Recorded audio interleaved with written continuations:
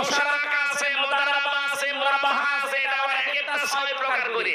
ইসলামী ব্যাংকে যারা আছে এলাকায় দায়িত্বে, এই বাংলাদেশে যত ব্যাংক আছে সবচাইতে ইসলামী ব্যাংকে লেনদেন করা আপনার ইমানের জন্য সবচাইতে বড় দামি জিনিস, দামি জায়গা এটা।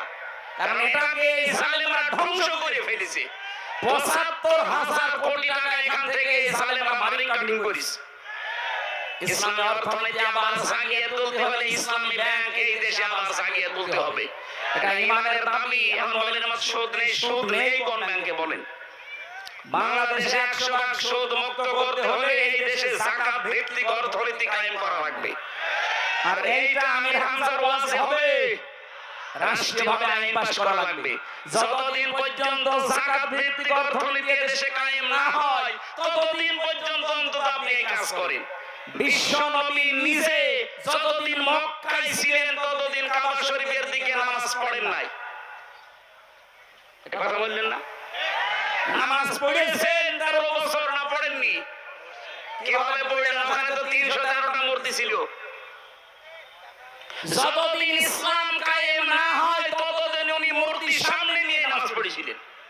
বলেন, একটা মূর্তিকে সরাতে পেরেছিলেন?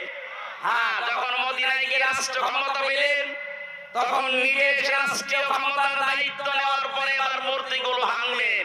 আলীকে বললেন সাফ করো, পুরা পরিষ্কার করে উনি নামাজ পড়েছেন না পড়েন নাই?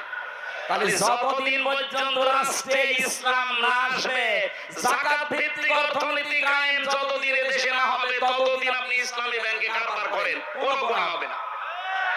যখন দেশে ইসলাম কায়েম হয়ে যাবে তখন দেখবেন পুরাটা সুদ ভিত্তিক অর্থনীতি ব্যাংক ব্যবস্থা চালু হবে ইনশাআল্লাহ।